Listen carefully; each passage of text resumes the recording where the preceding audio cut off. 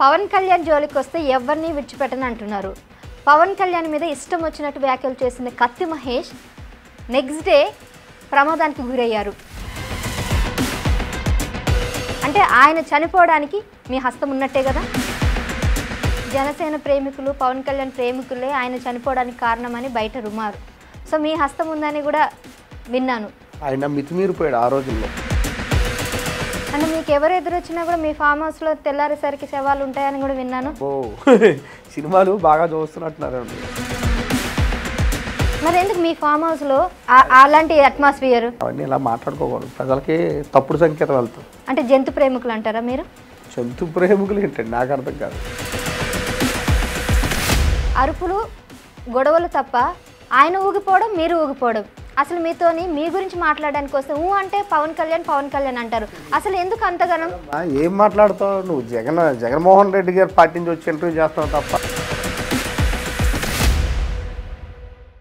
కరుడు గట్టిన ఉత్తరాంధ్ర జన సేవకులు పవన్ కళ్యాణ్ జోలికి వస్తే ఎవరిని వదిలిపెట్టిన సత్తా ఉన్న నాయకుడు మరి ఆయన ఎవరో కాదు, ఆంధ్ర గోల్డ్ మ్యాన్గా పిలువబడే ముక్క శ్రీనివాస్ గారు ఇవాళ మనతో పాటు ఉన్నారు.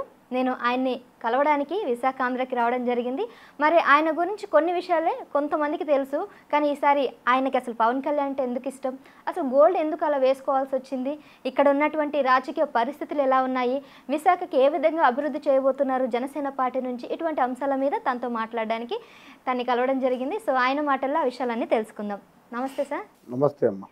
సో ఎందుకు సార్ ఫస్ట్ ఇంత గోల్డ్ వేసుకొని మీరు ఎప్పుడు ఈ గోల్డ్తోనే ఉంటారంట, రీజన్ ఏంటి అసలు? ఇష్టం చిన్నప్పటి నుంచి, చాలా ఇంటర్వ్యూలో చెప్పాను కదా. చిన్నప్పుడు నాకు కోపం ఎక్కువ అని చెప్పి మా అమ్మగారు వేశారు. ఓ చైనో బ్రాస్లెట్ రింగు. గొడవలు అయితే అక్కడికి వెళ్ళిన తర్వాత ఈ చైన్లే తెగిపోతాయని చెప్పి ఇంటికి వచ్చే గొడవకి వెళ్దాం అంటే ఈ టైంలో గొడవ చల్లారిపోయేది. ఆ రీజన్గా ఇంకా అలా కంటిన్యూ చేసి. అయితే ఎప్పుడు మీరు గొడవలోకి వెళ్తుంటారా? చిన్నప్పుడు వెళ్ళేవాళ్ళం. మరి విలేజ్లో ఎలా ఉంటుందంటే కొంచెం రెబల్గా ఉండేవాడిని. ఎక్కడైనా కొద్దిగా ఇబ్బందిగా ఉన్నా, ఏదైనా కొద్దిగా అన్యాయంగా అనిపించినా, ఎవరైనా గెలికినా తట్టుకునేవాళ్ళు కాదు, కొట్టేవాడిని. ఇప్పుడు కూడా గొడవలకు వెళ్తున్నారని వినికిడి. గొడవలకి వెళ్ళడం అంటే వెళ్ళాం, జాగ్రత్తగా ప్లానింగ్ ప్రకారం చేస్తాం ఏదైనా. అంటే ఏ ఆడపిల్లకి కష్టం వచ్చినా కూడా వెళ్ళి గొడవ పెట్టుకొని వాళ్ళని చితకబాద్దం వాళ్ళ మీద విరుచుకుపడ్డం అనేది వింటున్నాను. ఎందుకని? లేదు, ఆడపిల్ల విషయంలో అయితే మనం పడతాం, దేనికైనా తెగిస్తాం. ఆ విషయంలో మేము కామ్గా ఉండాకే లేదు. ఎవరు ఏమనుకున్నా ఏమనుకోకపోయినా, ఎందుకంటే నాకు 4-5 అక్క చెల్లెలు కదా. మన అక్క చెల్లెలు అందరూ హ్యాపీగా ఉండాలి, ప్రతి ఒక్కరు, ఎవరికి అన్యాయం జరగకూడదు. ఆడపిల్ల అనేసరికి ఒక రకమైన బాధ, బలహీనత, ఆ పిరికితనంతో బతుకుతూ ఉంటారు తల్లిదండ్రులు. అయ్యో మనకు ఆడపిల్లలు పుట్టారే, మనం సమాజానికి కొద్దిగా లొంగి ఉండాలి అని ఉంటారు. అలా ఉండకూడదు, ధైర్యంగా తిరగాలి, ఉద్యోగాలు చేయాలి, సభ్య సమాజంలో తలెత్తుకొని తిరగాలి. వాళ్ళు పెద్ద పెద్ద స్టేజ్లు రాజకీయాలు ఎదగాలి, ఆ రకంగా ఉండాలి. అంతే తప్ప భయపడి నేను ఆడపిల్లనే బయటికి వెళ్తే ఏదో జరిగిపోతుందనే భయంతో ఉండకూడదు. ధైర్యం ఉండాలి. ఒక ఝాన్సీ లక్ష్మి, ఒక దుర్గాబాయి దేశముఖ్, ఒక ఇందిరా గాంధీ, వాళ్ళు స్ఫూర్తిగా ముందుకు దూసుకుపోతూ ఉండాలి. అలా తయారు చేయాలని నా కోరిక. మగాళ్ళే కాదు, మగాళ్ళతో సమానంగా ఆడాళ్ళు కూడా ఉంటేనే ఈ సమాజం బాగుంటుంది. మరి మీరు ఈ సమాజం కోసం, ముఖ్యంగా ఆడపిల్లల కోసం ఏం చేస్తున్నారంటారు? మనం ఏం చేయక్కర్లేదు, ప్రత్యేకించి కొద్దిగా ధైర్యం చెప్తాం. మరి జనసేన పార్టీ పవన్ కళ్యాణ్ గారు పెట్టింది అనుకుంటాం, ఆడపిల్లలకు రక్షణ కోసం, రైతులకు రక్షణ కోసం, విద్యార్థులకు మంచి భవిష్యత్తు కోసం, ఇవన్నీ ఆలోచించి ఒక రకమైన విధి విధానాలతో మంచి భావాలతో పెట్టిన పార్టీ జనసేన పార్టీ. ఆ పార్టీ ద్వారా కొద్ది సేవలు చేస్తున్నాం, ఆయన అడుగుజాల్లో నడుస్తున్నాం. అలాగే మనకు సొంతంగా తోసిన సహాయం మనం చేస్తాం. ఏదైనా ఆడపిల్ల కండంట నీరు పెట్టుకోకూడదు, సంతోషంగా ఉండాలి, హ్యాపీగా ఉండాలి, మగవాడితో సమానంగా హక్కును పొందాలి. అప్పుడే సమాజం కానీ దేశం కానీ బాగుంటుంది.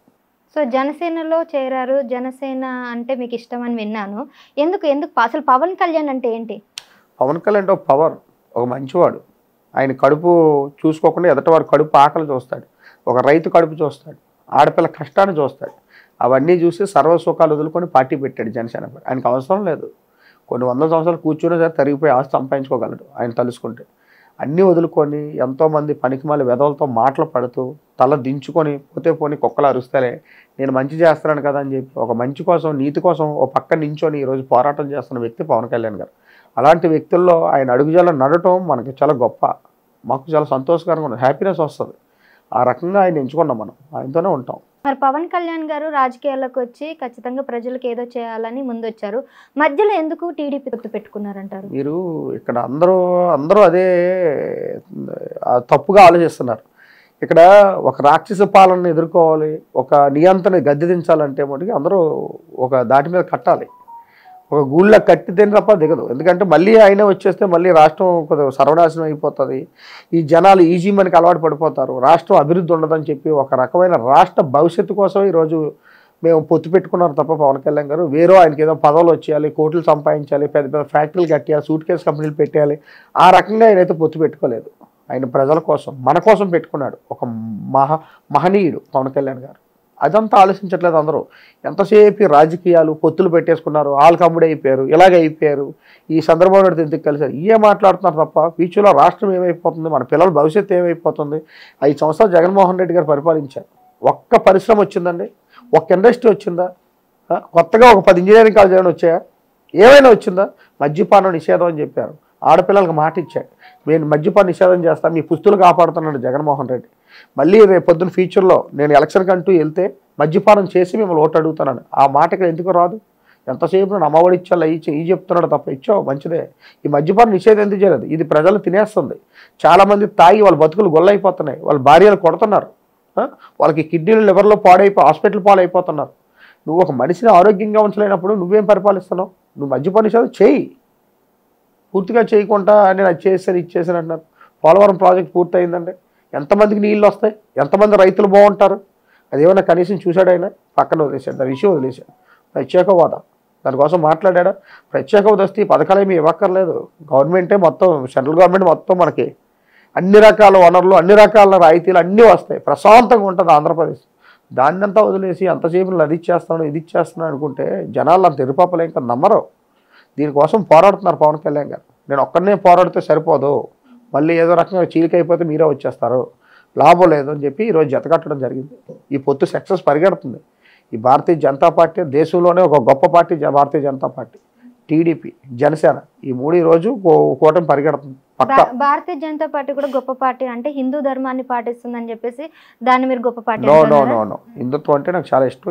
హిందూ దానికి ఒక కోవ అయితే అండి, మన సనాతన ధర్మం అది. హిందూ అని పక్కన పెట్టి హిందూ దేశం ఇది, మనం ఎక్కడో పుట్టలేదు కదా, హిందూ దేశంలో పుట్టాం. మనం పుట్టకతోనే హిందూగా పుట్టాం. మన దేశం గొప్పతనం ప్రపంచం అంతా తెలుసు. కానీ మన దేశం కాసి ఈరోజు ప్రతి దేశం కూడా ఫలానా భారతదేశం గొప్పతనం కాసి ఇలా కన్నెత్తి చూస్తుంది, మన కోసం మాట్లాడుకుంటున్నారు. ఆ స్థాయికి తెచ్చింది నరేంద్ర మోడీ. అర్థమైందని. కానీ నరేంద్ర మోడీ గారి పాలన ఏదైతుందో మత రాజకీయాలని చెప్పేసి అంటున్నారు, మరి దానికి మీరేం చెప్తారు? అరుస్తాయండి, చెప్తున్నా కదా. మంచి జరిగేటప్పుడు చాలా మంది అలా ఇన్నాళ్ళు పెట్టి అసలు ఇంత ముందండి హైదరాబాద్ లాంటి ఏరియాలో కనీసం నెలకు ఒక్క కాడ ఎక్కడో కాడ బాంబు పేలేదు, గుజరాత్లో ఎక్కడో కాడ బాంబు పేలేదు, అర్థమైందా? ఢిల్లీలో బాంబు పేలేదు. ఇప్పుడు ఎక్కడ బాంబులు పేలడాలు ఉన్నాయా? పాకిస్తాన్లో దాడులు ఏమైనా ఉన్నాయా? ఇలాంటివి ఏమైనా జరుగుతున్నాయా? ప్రశాంతంగా తిరుగుతున్నాం మనం. దానికి కారణం బీజేపీ పార్టీ, నరేంద్ర మోడీ గారి సత్తా. మన దేశం కాసి కన్నెత్త చూస్తే గుడ్లు పీకిస్తాడు అని చెప్పే భయంతో ఈరోజు ఎవడో కూడా మన కాసి కన్నెత్తి చూడలేకపోతున్నాడు. మంచి కోసం వస్తున్నాడు, స్నేహం కోసం వస్తున్నాడు తప్ప శత్రుత్వం కోసం రావట్లేదు. మంచోడు కాదు, డేంజరస్ అలాగని చెప్పేసి ఆ పవర్ చూపించింది నరేంద్ర సింహ. మన దేశం కాపాడువాడే మనకు దేవుడు అండి. సైనికుడు అంటే ఏంటి? ఒక రాష్ట్ర సరిహద్దుల్లో సైనికుడు అంటాగో మన దేశం మొత్తానికి సైనికుడు నరేంద్ర మోడీ. అంత గొప్ప వ్యక్తిని మనం గౌరవించాలి. ఎందుకంటే అలాంటి వ్యక్తి ఉండబట్టి మనం ప్రశాంతం, మన దేశ గొప్పతనం చూసుకోవాలి, మన సొంతం చూసుకోకూడదు, మన రాష్ట్రం చూసుకోకూడదు. ఒక్కటేనండి, విలేజ్లు బాగుంటే రాష్ట్రం బాగుంటుంది, రాష్ట్రం బాగుంటే దేశం బాగుంటుంది. మన దేశం బాగుంటే మనం అందరం బాగుంటాం.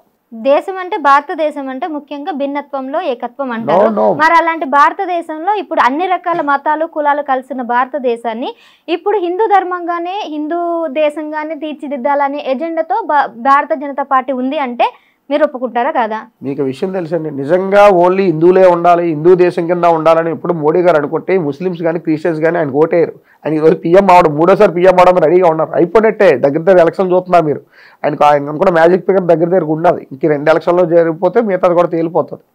అలా అందరూ కోరుకుంటున్నారు, ముస్లిమ్స్ కూడా కోరుకుంటున్నారు. నిజమైన ముస్లిమ్స్ ఉన్నారండి అందులో. ఒక 10% ఒక 10-12% ముస్లిమ్సే కొద్దిగా డేంజరస్గా. ఏంటంటే వాళ్ళ స్వార్థం కోసం, వాళ్ళ నాయకత్వం కోసం పాపం ఈ అమాయక పేద ముస్లిమ్స్ అందరం కలిపి తాకట్టు పెట్టి బలహీన తొక్కేసి వాళ్ళు ఎదగకుండా, చదువుకోకుండా, వాళ్ళు ఏదైనా మంచి వ్యాపారాలు చేయకుండా వీళ్ళు రివర్స్ అవుతారని చెప్పి తొక్కేస్తున్నారు. పాత బస్తీ లాంటి ఏరియాలో కానీ మిగతా ఢిల్లీలో కానీ ఇంకా కొన్ని గుజరాత్లో కానీ యూపీలో కానీ ఇలాంటి దేశాలు ఇలా రాష్ట్రాలన్నింటిలో కూడా అవన్నీ ఉండకూడదని చెప్పి సమానత్వం తీసుకొచ్చింది మోడీ గారు. ఈరోజు ముస్లిమ్స్ ఓటేస్తున్నారు, క్రిస్టియన్స్ శబాస్ అంటున్నారు.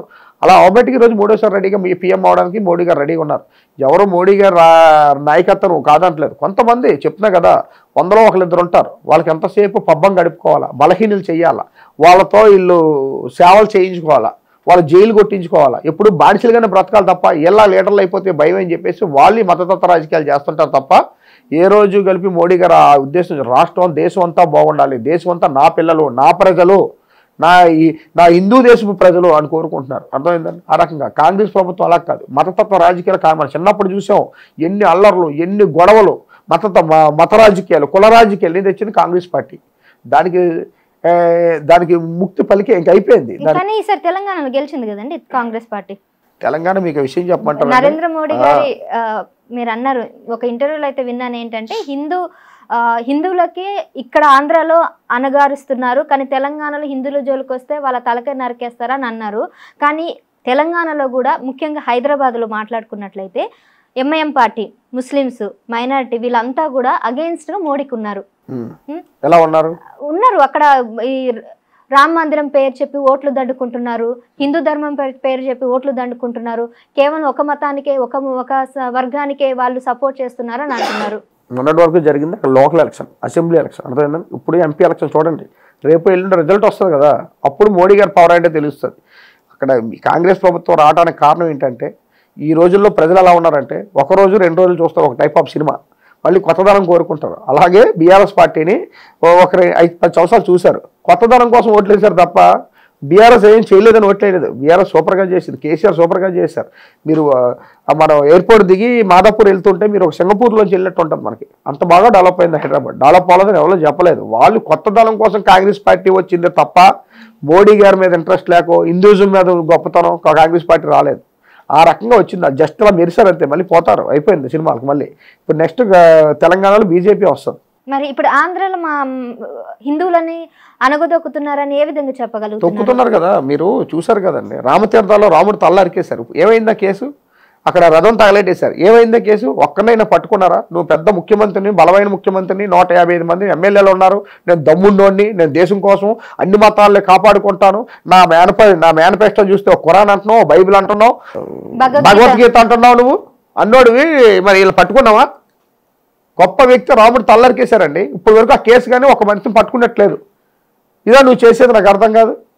హిందుత్వానికి అయితే ఇక్కడికైతే సరిగ్గా మాలాంటి వాళ్ళకి అయితే పోరాడుతున్నాం. ఈ మధ్యకాలంలో కొన్ని సంస్థలు పెట్టాం. నేను రాష్ట్ర ఓనర్స్ అండ్ అధ్యక్షుడు. నేను అర్థమైందని. మీ ఉద్దేశం జగన్మోహన్ రెడ్డి మత మార్పిడి చేస్తున్నారు? 100% మతం మార్పిడి చేస్తానని చెప్పలేదు. మత రాజకీయాలు ఆడుతున్నాడు, కుల రాజకీయాలు ఆయన చేస్తున్నాడు. ఆయన మతం మారాలని చెప్పట్లేదు. ఆయన చూసుకొని మిగతా వాళ్ళు రెచ్చిపోయి మత ప్రచారాలు చేస్తున్నారు. ఉండు, నీ మతం నువ్వు గౌరవించుకో, నా మతం నేను గౌరవిస్తాను. ముస్లిమ్స్ మతం ముస్లిమ్స్ గౌరవించుకుంటారు. ఎవరి మతాన్ని వాళ్ళు గౌరవించుకోవాలి, ఎవరి మతానికి వాళ్ళు పూజలు చేసుకోవాలి. మనం మాంసం తిన్నాం, దుమ్ములు మెల్లేసుకొని తిరగం. అలాగని చెప్పి ఇంటికి డప్పులు వేసుకొని మా మతం మారని తిరగడం తప్పు. ఇంకా మీరు చెప్పాలంటే ముస్లిమ్స్ ఉన్నారు, వాళ్ళు ఇప్పుడు మతం మారమని చెప్పరు. వాళ్ళ మతాన్ని వాళ్ళు గౌరవించు. ఒక క్రిస్టియన్స్ ఏమోటికి అందులో కొంతమంది, మళ్ళీ కొంతమంది చాలా స్ట్రిక్ట్గా ఉంటారు, చాలా నియమకంగా ఉంటారు. వాళ్ళు దాని కొన్ని ఎథిక్స్ మెయింటైన్ చేస్తారు. కొంతమంది మధ్యకాలంలో తయారయ్యారు, వాళ్ళు ఇంటింటికి తిరగడానికి మతం మారండి, ప్రభువుకి ఏదో చేస్తా, తప్పు కదా. నిజంగా ప్రభువే మీకు ఆయన మీద అభిమానం ఉంటే గుడికి వెళ్ళు, చర్చికి వెళ్ళు, నమస్కారం చేసుకో, ప్రార్థన చేసుకో, నీకు ఇష్టదైవానికి వెళ్ళి రా. అంతేగాని మతం మార్చేయాలి, ఏదో ఒక రాజకీయం చేయాలని తప్పు కదా.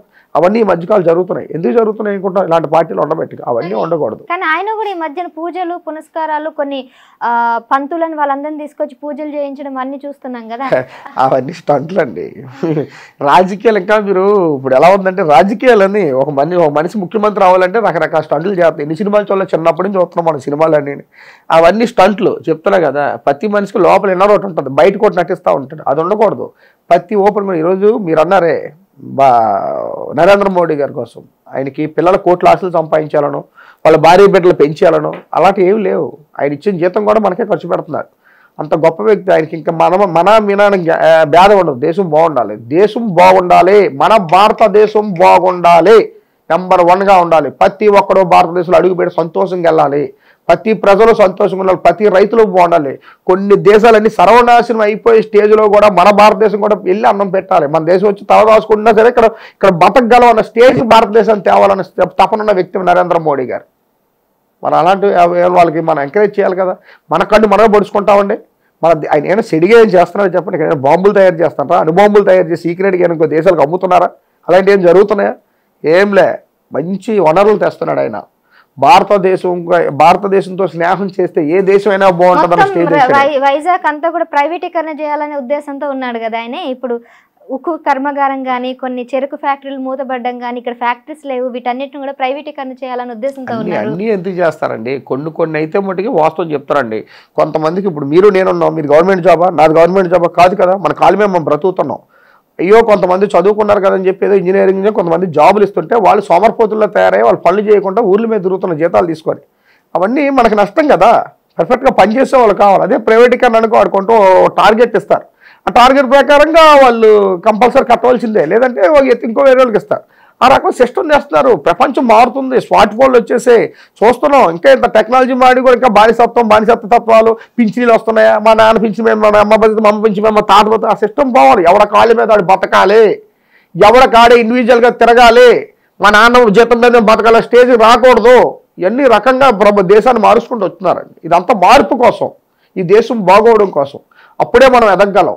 ప్రతి ఇండివిజువాలిటీ ఉండాలి. మన ఫారెన్ దేశాల్లో చూస్తాం, సింగపూర్ కానీ, కొరియా కానీ, బ్రెజిల్ కానీ, వాళ్ళంతా ఏంటనుకుంటున్నారు, పుట్టిన ఒక 10 years వరకు పిల్లలు చాలా కేర్గా చూసుకుంటారు, అల్లారు ముద్దుగా పెంచుతారు. ఏగ వాళ్ళెవరు 10 సంవత్సరాల తర్వాత ఎవరి కాళ్ళే బయటకు వదిలేస్తారు, మీ కాళ్ళు మేము బ్రతకండి అని చెప్పేసి. అంతే తప్ప నా ఉద్యోగం, నా పింఛని వస్తుంది, నువ్వు బ్రతుకు, మా తాతకి జాబ్ వచ్చింది, ఆ కార్డు మీద వెళ్ళి తెచ్చుకో, ఇలాంటివి ఉండవు అక్కడ. అలాగే అది కూడా భారతదేశంలో రావాలి. వచ్చినప్పుడే ఇంకా పరిపూర్ణ చదువుతుంది భారతదేశం. ఇంకా బలంగా, దృఢంగా, శక్తివంతంగా భారతదేశం తయారవుతుంది. అప్పుడే మన భారతదేశం ఒక గొప్ప దేశంగా అవుతుంది. ఆ రకంగా అవడం కోసం వాళ్ళు ప్రయత్నాలు చేస్తుంటే ప్రతిదానికి రాజకీయ స్టంట్లు పులివేయడం, రాజకీయ రంగులు పులివేయడం, ఆ కాంగ్రెస్ ప్రభుత్వం జీవితంలో రాదని చెప్పేసి వాళ్ళు ఏదేదో జనాలు రెచ్చగొట్టి మళ్ళీ మనం గొడవ పెట్టడం. అంతా చదువుకున్న వాళ్ళంతా ఎలా ఉండాలంటే అండి, ఆలోచన ఉండాలి. ఒక మార్పు తీసుకెళ్తున్నప్పుడు, అభివృద్ధి తీసుకెళ్తున్న ఆలోచన చేయాలి. మనం ఆలోచన చేసినప్పుడే మన దేశాన్ని మనం తోడ్పనులు అవుతాం. దేశానికి ఏదో చేసి అక్కర్లేదు, అన్నట్టుకెళ్ళి సరిహద్దు యుద్ధం చేయక్కర్లేదు. దేశ బాగోగుల మీద ఒక కన్నేసి మనం కూడా ఉండాలి. అప్పుడే మనం ప్రశాంతంగా ఉండగలం. సరే, ఇప్పుడు ఆంధ్ర రాష్ట్రం గురించి మాట్లాడుకున్నట్లయితే ముఖ్యంగా వైజాగ్లో మీరు చాలా రోజులు ఉంటున్నారు. మరి వైజాగ్ని రాజధాని చేస్తే మీకు ఇష్టమా కాదా, అది చెప్పండి. ఏమండి, వైజాగ్ రాజధాని అయిపోతే నేను ఒక్కనే బాగుంటాను, అదేంటి రాయలసీమ రాజధాని అయిపోతే వాళ్ళు బాగుంటారు? తప్పండి. అయితే ఇప్పుడు 3 రాజధానులను ఏకీభవిస్తున్నట్ట? మరి ఒక మాట చెప్తున్నానమ్మా, ఒక తల్లి ఒక కంచం నిండా, ఒక కొండ నిండా భోజనం వండి ఒక మటన్ కర్రీ వండి అందరికీ సమానంగా పెట్టాలి. కడుపు నింటప్పుడు నిజమైన తల్లి అవుతుంది. అంతేగాని పెద్ద కొడుకు కొద్ది బలంగా ఉన్నాడు, కన్నులో ఉన్నాయని చెప్పి ఎక్కువ పెట్టి, చిన్న కొడుకు బలహీనంగా ఉన్నాడు ఆడికి తక్కువ పెడతాం పద్ధతి చెప్పండి. అందరినీ సమానంగా చూడాలి, అందరికీ ఉండాలి. మనకి తల్లిదండ్రులు ఒక్కళ్ళే ఉంటారండి, 100 మంది ఉంటారండి. నలుగురు కొడుకులకి 4 తల్లులు ఉంటారా, 4 తండ్రులు ఉంటారా? ఉంటారు కదా. రాజధాని అన్నది ఒకే కాడ ఉండాలి, ఒకే రాజధాని ఉండాలి. ఆ సిస్టమ్ ఇప్పుడు మన చిన్నప్పటి నుంచి మన తాత ముత్తాతలుగా నడుస్తున్న సిస్టమ్. ఒక దేశానికి ఒక రాజధాని, ఒక రాష్ట్రానికి ఒక రాజధాని ఉంటుంది. ఆ రకంగా ఉండాలి తప్ప ఇంటింటికో రాజధాని, ఊరూరికో రాజధాని, ఇదేమో జిల్లాకో రాజధాని పద్ధతి అండి. అది చాలా తప్పు. ఇవన్నీ కుట్ర రాజకీయాలు. ఇది ఉత్తరాంధ్ర మీద నిజంగా ప్రేమ ఉంటే ఇక్కడ సరైన 4 ఫ్యాక్టరీలు ఉంటాయి, 4 వనరులు ఉంటాయి. ఉత్తరాంధ్ర మనుషులు వలసపోతున్నారు ఈరోజు. ఉద్యోగాలు లేక పొట్టం చేతులు పెట్టుకొని అక్కడ బీహారు, గుజరాత్, బెంగళూరు, ముంబై లాంటి ఏరియాలకి సెక్యూరిటీ గార్డు ఉద్యోగం, బీటెక్ చదువుకున్న కుర్రాడు సెక్యూరిటీ ఉద్యోగం చేస్తున్నాడండి. ఏంటి ఆ కర్మ? ఇక్కడ ఏదైనా ఫ్యాక్టరీ పెట్టి అందులో ఏవో 20-30 వేలు శాలరీ, ఉద్యోగం చేసుకుంటూ సాయంత్రం బండో కారో లేకపోతే బైక్ మీద వెళ్ళిపోవాలి, అమ్మ తల్లిదండ్రులను చూసుకుంటాడు. ఆడు వెళ్ళిపోయి 1-2 నెలలు ఉండిపోయాడు ఉంటున్నాడు, జీతం సరిపోదు, తప్పుడు దారిలో పడుతున్నాడు. ఇక్కడ తల్లిదండ్రులు చూస్తే బెంగ పెట్టుకొని ఉంటున్నారు. ఇదా నీ పరిపాలన? నాకు అర్థం కాదు. చెప్పండి మీరు. ఎందుకో రాజధానులు పనికిమాలి. రాజధానులతో పని ఏంటి మనకి? నీకు అవసరం ఉంటే హైకోర్టులో పని ఉంటే హైకోర్టుకి అందరూ ఒకే కాడికి వెళ్తారు. అక్కడ హైకోర్టు అక్కడ పెట్టాడు, అలాంటి 3 హైకోర్టులు పెట్టమని చూద్దాం. కడతారు? అలా ఉంటుంది అక్కడ ఉంటుంది. అలా 3 హైకోర్టులు ఉంటాయా? పోనీ 3 రాజధానులు 3 హైకోర్టులు పెట్టమనండి, 3 రాజధానులు 3 అసెంబ్లీలు పెట్టమనండి. ఇది ఏమన్నా పద్ధత? నాకు అర్థం కాదు. అంటే వాళ్ళ ఉద్దేశం ఏంటంటే ఒకే దగ్గర ఉంటే ఒకే రాష్ట్రం డెవలప్మెంట్ కాకుండా 3 దగ్గర ఉంటే అటు విజయవాడ దగ్గర అసెంబ్లీ పెట్టి, కర్నూలు దగ్గర హైకోర్టు పెట్టి, ఇక్కడ ఆర్థిక రాజధాని లేదంటే పరిపాలన రాజధాని చేస్తే 3 రాష్ట్రాలు కూడా బాగుపడతాయి అనేది వాళ్ళ ఆలోచన. మరి మీరు ఇప్పుడు చంద్రబాబు నాయుడు గారు సీఎంగా ఉంటప్పుడు అసెంబ్లీలోనే వాళ్ళందరూ ఆమోదం చేసి మీరు ఎందుకు ఒప్పుకున్నారు? అమరావతి రాజధానికి ఎందుకు మీరు ఆమోదం చేశారు బిల్లుకి? అప్పుడు లేదా? అప్పుడు మీకు సెన్స్ లేదని నాకు అర్థం కాదు. అప్పుడు చేయకూడదు కదా. లేదండి నేను దీనికి వ్యతిరేకత, నేను సీఎం అయ్యాక 3 రాజధానులు చేస్తానని చెప్తా. ఎందుకు అంత డబ్బు కొన్ని వేల కోట్లు అక్కడ ఖర్చు పెట్టేశారు దాని మీద? ఆ రైతులందరూ రోడ్డును పడి ఏడుస్తున్నారు. చాలామంది అపార్ట్మెంట్లు కట్టి సగంలో ఉండిపోయి ఒక శ్మశానంలో తయారైపోయింది. మనం నిజంగా రాష్ట్రం బాగుండాలనుకుంటే అండి, ఇప్పుడు మీరు తమిళనాడులో చూశారు, జయలలిత చచ్చిపోయింది, ఓడిపోయింది, చచ్చిపోయింది, అయిపోయింది కదా. స్టాలిన్ వచ్చాడు, ఏం చేశాడు? అప్పుడు ఎప్పుడో పాత స్కూల్ బ్యాగులు జయలలిత బొమ్మతో ఉన్నాయని చెప్పి వేస్ట్ అయిపోతున్నాయి, రాష్ట్ర ఖజానాకు దెబ్బే కదని చెప్పి అదే స్కూల్ బ్యాగులు సీఎం అయినా కూడా ఆ బొమ్మతోనే పెంచాడు ఆయన. ఈయన వచ్చి ఏం చేశాడు? అన్నా క్యాంటీన్లు తీసాడు. ఎన్టీ రామారావు బొమ్మ ఉందో లేదా చంద్రబాబు నాయుడు బొమ్మ ఉందో. ఈ కక్ష సాధింపు చర్యలు రాజకీయాల్లో ఉండకూడదండి. నువ్వు సీఎం, ఇంకొక సీఎం, ఎవరు సీఎం అయినా సరే రాష్ట్రం పోవడం కక్ష సాధింపు చర్య రాజకీయాలు చేయకూడదు. నువ్వు ఒక సీఎంగా వచ్చినప్పుడు సీఎంగా నువ్వు అందరినీ సమానంగా వచ్చుడు. పూర్వకాలం ఎన్ని సినిమాలు చూడలేదు, ఎన్ని కాశీమధ్య కథలు చూడలేదు, ఎన్ని సందమామ కథల్లో రాజుల కోసం చూడలేదు. మనం ఒక రాజారాక అందరినీ సమానంగా చూడాలి. నువ్వు సింహాసనం ఎక్కావని చెప్పేసి వీళ్ళందరూ పక్కన ఒక జాతి వాళ్ళందరూ నరికేయటం, ఇంకో జాతి వాళ్ళందరూ బాంబులతో పేల్చడం, ఇంకో జాతి వాళ్ళందరూ పక్కకు దోసి కుమ్మేయటం, ఓ జాతుల మీద వాళ్ళ ఆర్థిక మూలాల మీద దెబ్బతీసడం, ఇదే ఆ రాజకీయం అంటే. చంద్రబాబు నాయుడు కూడా కుల రాజకీయాలు చేస్తారు, ఒక సామాజిక వర్గానికి డెవలప్మెంట్ చేస్తారని అంటారు ఏమండి? మరి చెప్తున్నా కదా, కుల రాజకీయాలు ఇవన్నీ మార్పు పోవాలనే కదా పవన్ కళ్యాణ్ గారు పార్టీ పెట్టారు. కుల రాజకీయాలు ఉండకూడదు, మత రాజకీయాలు ఉండకూడదు, ఘర్షణలో లేని రాజకీయం, నిజమైన రాజకీయం జరగాలనేది జనసేన పార్టీ జనం కోసం పెట్టాడు. ఈరోజు అది పెడితేనే కదా నాకు కుళ్ళిపోతున్నారు. 2019లో సింగిల్గా పోటీ చేసాం, నీతికైనా ఓటేసారు ఎవడైనా? ఎక్కడ వేశారు? గొంతులు చించుకొని అరిస్తాం, తిరిగాం. లక్షల మంది వచ్చారు మా మీటింగ్లకి, నాకు 40,000 దగ్గర ఓట్లు వచ్చారు. లక్షల మంది వచ్చి ఏమైంది? నీతి న్యాయానికి జనాలు మార్పు వస్తుందని వెయిట్ చేస్తారు. ఈ కుల రాజకీయాలు పోవాలి, మత రాజకీయాలు పోవాలి, సమానత్వం ఉండాలి. ప్రతి ఒక్కరిని మంచిగా శత్రువుని కూడా మిత్రుల్లో చూసే రాజకీయం రావాలి. నువ్వు కొత్తగా సీఎం అయితే నువ్వు ఆయన మీద కక్ష తీసుకుని, ఇంకోటి సీఎం అయితే ఈయన మీద ఎందుకు? ఎవరికి నష్టమే కదా అంటాను. అవి ఉండకూడదు. రాష్ట్రం బాగుండాలంటే అందరినీ సమానంగా చూడాలి. గతంలో జరిగింది వదిలేసాయి, ఇక్కడ నువ్వేం చేస్తున్నావు చెయ్యి. ఈ రాష్ట్రాన్ని ఏం చేస్తావు చేసి చూపించు. శబాస్ అంటారు ప్రజలు. నీలో ఈరోజు ఇంత వ్యతిరేకత వచ్చిందంటే దానికి కారణం ఏంటి? ఈ యొక్క కుట్ర రాజకీయాలు చేయడం పెట్టుకే కదా. కానీ దిగువ తరగతి ప్రజలైతే ఎవరికైతే ఉన్నారో వాళ్ళందరికీ కూడా సంక్షేమ పథకాలు కానీ, వాళ్ళని బాగా చూసుకోవడం కానీ, వాళ్ళందరినీ వైసీపీ ప్రభుత్వం బాగా చూసుకుంటుందని అంటే మీరు ఒప్పుకుంటారా కాదా? తప్పండి. ఏ ప్రభుత్వం వచ్చినా సరే మధ్యతరగతి వాళ్ళకి, బడుగు బలహీన వర్గాలకి అందరికీ అన్ని రకాల సంక్షేమాలు ఇస్తుంది. ఏ ప్రభుత్వం ఇస్తుంది? నేను అది ముఖ్యం అంటలేదు. నువ్వు ఇవ్వు, ఏదైనా చేయి, అభివృద్ధి చేయమంటున్నాను, వనరులు చేయమంటున్నాను. మన రాష్ట్రం చేయి కళ్ళెత్తి చూసేటట్టు మిగతా మన ఏదో అక్కడ ఈ గిమ్మిట్లు పెట్టారు, 100 మంది వచ్చారు, 100 కోట్లు ప్రకటించారు. ఏది ఒక్క రాయికి శంకుస్థాపన జరిగిందా? మరి చంద్రబాబు నాయుడు వస్తే భూములన్నీ లాక్కొని దాన్ని సిటీ చేసి డెవలప్మెంట్ చేసి ఫ్యాక్టరీస్ బయట వాళ్ళకి ఎడ్యుకేషన్ వాళ్ళనే చూసుకుంటారు తప్ప రైతులకు అన్యాయం అయితే జరుగుతుందని అంటున్నారు. కాదమ్మా, మీరు వైఎస్ఆర్సీపీ కోసం మాట్లాడుతున్నాడు వచ్చింది తప్ప, మాట్లాడితే చంద్రబాబు నాయుడు జగన్ ఇలా మాట్లాడుతున్నారు తప్ప, మీరు ఇప్పుడు కూడా మన రాష్ట్ర బాగోగులు ఎవరో దొంగ పని చేసని చెప్పి నేను ఇంకో డబుల్ దొంగ పని చేస్తానని ఈయనంటే నాకు అర్థం కాదు. మార్పు, కొత్త సిస్టమ్ రావాలి. ఇంతకుముందు ఎలా ఉండేది, ఇప్పుడు మోడీ గారు వచ్చిందారు పైన ఎలాగుంది? సిస్టమ్ మారాలా. మీకు అర్థం? సిస్టమ్ ఎలా ఉండాలంటే, ఒక టెక్నాలజీ పెరిగిపోయింది. ఇంతకుముందు మన చుట్టాలు ఏమన్నా చూసుకోవాలంటే ఊరు బస్సు కట్టుకుని వెళ్ళవచ్చు, ఇప్పుడు ఫోన్లో వీడియో కాల్లో చూసుకుంటున్నాం. ఇలాంటి సిస్టమ్ వచ్చినాడు ఇంకా పాత రోజులే. అదే సిస్టమ్ ఆయన ఎలా చేశాను, ఎలా చేస్తాను, ఆయన అలా చూసి ఎలా తిప్పుతారు, ఏదైనా పద్ధత? కొత్త సిస్టమ్. ప్రజలకు ఏం చేయాలంటే పట్టిడు అన్నం, వాళ్ళకి కడుపు నిండా నిజాయితీకి వెళ్ళాలి. నువ్వు మూతికాడ అన్నం పెడతావు, వెనక నుంచి లాగేసుకుంటున్నావు ట్యాక్సుల రూపంలో. పద్ధతి అండి.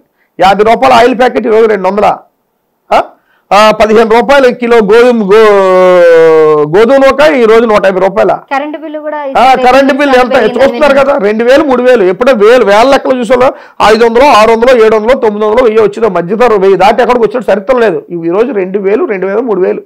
ఇదేనా పద్ధతి అండి? మనం అవన్నీ చూసుకోవాలా. ప్రజలు ఏంటంటే అండి, ప్రజలు అమాయకంగా గొర్రెలు కదా వింటున్నారు, గొర్రెల్లో చూడాలా. మనవడో వెంటర్లో చూసాను ఏదో మాట్లాడుతుండో, ఆడు ఓటు ఎలా కొనాలో ముందు ఆడి మనసులో మనసులో ఏముందో ముందు కనుక్కొని అంటుండే ఒక మీటింగ్లో ఒకడు. అంటే ఒక వీడియో బయటకు వచ్చింది. అంటే ప్రజలు ఓటర్లు అంటే ఎదోలా కనపడుతున్నారు, డబ్బులు ఇస్తే ఏదైనా చేస్తారని చెప్పేసి. ఆ సిస్టమ్ మారాలని ఈరోజు పవన్ కళ్యాణ్ గారు పార్టీ పెట్టారు, జనసేన పార్టీ. పవన్ కళ్యాణ్ జోలికి వస్తే ఎవరిని విడిచిపెట్టని అంటున్నారు. పవన్ కళ్యాణ్ మీద ఇష్టం వచ్చినట్టు వ్యాఖ్యలు చేసిన కత్తి మహేష్ నెక్స్ట్ డే ప్రమాదానికి గురయ్యారు తిరుపతి రోడ్లో.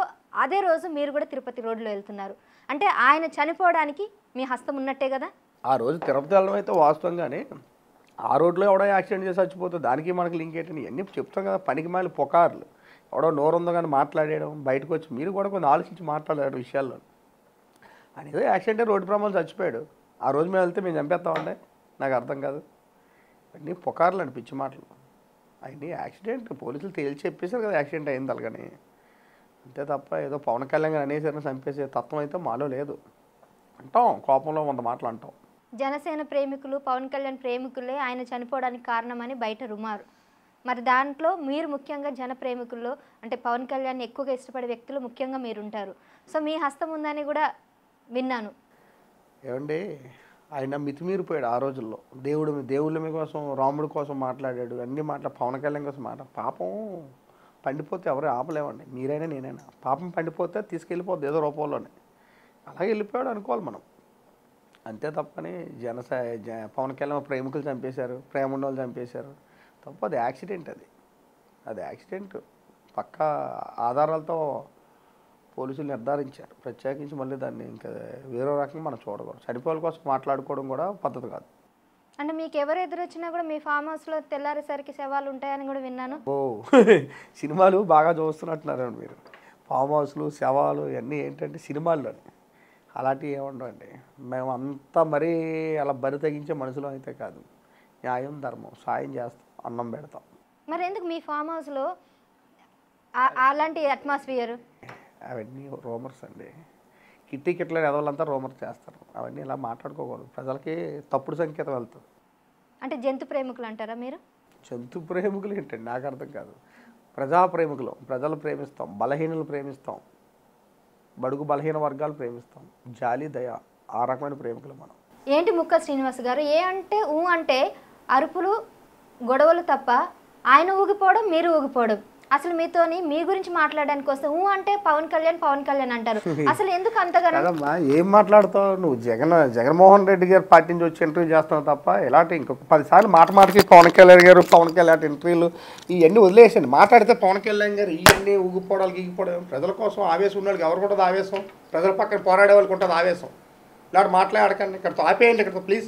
అసలు మీతో ఇంతసేపు మాట్లాడడం ఎక్కువ, మీకు ఎంతసేపు ఇంటర్వ్యూ ఇవ్వడం చాలా ఎక్కువ. లేదులేమ్మా, ఆడపిల్లని గౌరవించేంతసేపు మీకు 1 అవర్ ఇంటర్వ్యూ ఇచ్చారు. అర్థమైందా? ఆ గౌరవం కాపాడుకోండి, ఓకేనా? Thank you.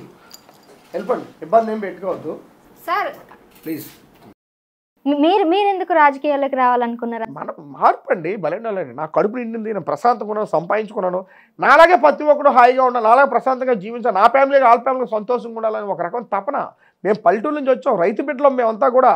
మాకు ఎలా ఉంటుందంటే కష్టం అంటే తెలుస్తుంది మాకు. ఆ కష్టం ఎవరికి లేకుండా అందరూ ఇబ్బందులు పడకుండా అందరూ ప్రశాంతంగా ఉద్యోగాలు, వ్యాపారాలు చేసుకోవాలి, ఒక మార్పు రావాలి, ఒక మంచి రాష్ట్రంగా ఓ దిశ వైపు వెళ్ళాలి అని పోరాడాలి. మా తోసిన సాయం చేయడం కోసం రాజకీయాల్లోకి వచ్చాం. ఇప్పుడు మామూలుగా ఉంటే కొంతవరకు సహాయం చేయగలం, అదే చట్టసభల్లో ఉంటే ఇంకా పూర్తి న్యాయం చేయగలం. అదే ఇప్పుడు పదవి లేకపోయినా కూడా మీ ఇంటి ముందు దాదాపుగా 200 మంది ఎప్పుడు ఉంటారంట. అసలు ఎప్పుడు ఏ కష్టం వచ్చినా మీ దగ్గరికి వస్తారంట. చూడండి సార్, ఆకలిస్తే అన్నం పెట్టే వాళ్ళ దగ్గరికి ఎప్పుడు 10 మంది వస్తూనే ఉంటారు. సహాయం చేసే వాళ్ళకి ఎప్పుడు వస్తుంటారు. మనం సహాయం చేస్తాం, మనకు తోసిన సాయం పదవి ఉన్నా లేకపోయినా, ఎక్కడ బయట ఉన్నా బయట లేకపోయినా చెప్తున్నాం కదా. ఈరోజు ఎవడు మన ఇంటి ముందుకు వచ్చి సహాయం అడిగితే సహాయం చేసి పంపిస్తాం. లేకపోతే ఒకవేళ సహాయం చేసే శక్తి, అంత సహాయం చేసే శక్తి మనతో లేకపోయినా ధైర్యం ఇచ్చి పంపిస్తాం. ఆ ధైర్యం ప్రజలు కొనబెట్టుకు ఇప్పటికీ నా చుట్టూ తిరుగుతున్నారు. అన్న దగ్గరికి వెళ్తే సాయం చేస్తాడు, న్యాయం జరుగుతుంది, ఏదో చేస్తాడు, ముందు ఆ పూట గడిచేటట్టు ప్లాన్ చేస్తాడు అని చెప్పి వస్తుంటాడు. ఏముంది, ఇప్పుడు ఎవడో ఉద్యోగం కావాలని వస్తాడండి, అది పెద్ద ఉద్యోగం ముందే ఇచ్చేయక్కర్లేదు. నువ్వు అందాక రూమ్ ఖర్చులు కట్టుకుని ముందు అందాక ఏ సెక్యూరిటీ కార్డు జాయిన్ అయిపో, అందాక 12,000 ఇస్తారు. ఇది అయిన తర్వాత ఇప్పుడు పెద్ద జాబ్ ట్రై చేయి, శుభ్రంగా చదువుకుని. ఆ రకం ధైర్యం ఇస్తే సరిపోతండి. తోడుతున్న ఐపీఎస్, ఐఏఎస్ ఉద్యోగం ఇచ్చేయక్కర్లేదు, ఎవరికి ఫ్యాక్టరీలో మేనేజర్లో హెచ్ఆర్ జాబ్ ఇచ్చేయక్కర్లేదు. ముందు నువ్వు పొట్టం చేతి పెట్టుకొని పల్లెటూరు నుంచి టౌన్కి వచ్చినప్పుడు నువ్వు రూమ్ రెంట్ కట్టుకోవాలా, రోజుకి నీ పూట గడవాలా, డైలీ నువ్వు తినాలా, టీ కాఫీ తాగాలా. దీన్ని సరిపోవాలంటే ఇమీడియట్లీ సెక్యూరిటీ కార్డు ఇమీడియట్లీ ఎవరికైనా ఇస్తారు. ఓ 12,000 15,000 తక్కువ లేకుండా ఇస్తారు. ఒక 5,000 ఉంచుకో, ఓ 10,000 మొత్తం రూమ్ రెంట్లు ఖర్చులు ఇవన్నీ చూసుకో, సరిపోతుంది కదా. తర్వాత ఇంకో జాబ్ ట్రై చేయి, ఆ పడ ధైర్యాన్ని ఇస్తాం మేము. అలా చేస్తాం. అలా ఒక 100 మంది కంపెనీలు ఉన్నాయి, మన ఫ్రెండ్స్ అంతా. ఎవరు చెప్పినా పిలిస్తే జాబ్ ఇస్తారు, ఎవరికైనా హెల్ప్ చేస్తారు. ఎంతోమంది పల్లెటూరు, నేను ఒకప్పుడు పల్లెటూరు నుంచి ఈ టౌన్కి వచ్చినోడే, ఉద్యోగం లేక ఏ వ్యాపారం చేయాలో తెలియక. ఆ టైంలో నేను చాలామంది ఆదుకున్నారు. అలాగే మనం ఆదుకోవాలని ఒక రకమైన తపన. ఓకే, సో పదవి లేకపోయినా ఇప్పటికీ ఇంతమందిని ఆదుకుంటున్నారంటే, ఒకవేళ పదవి వస్తే మీరు ఏ విధంగా విశాఖని ముందుకు తీసుకువెళ్తారు, ఏ విధంగా ప్రజలకి ఇంకా సహాయం చేస్తారు? మన పోరాటం ఏంటో ప్రజలకు బాగా తెలుసు ఎలా ఉంటుందో.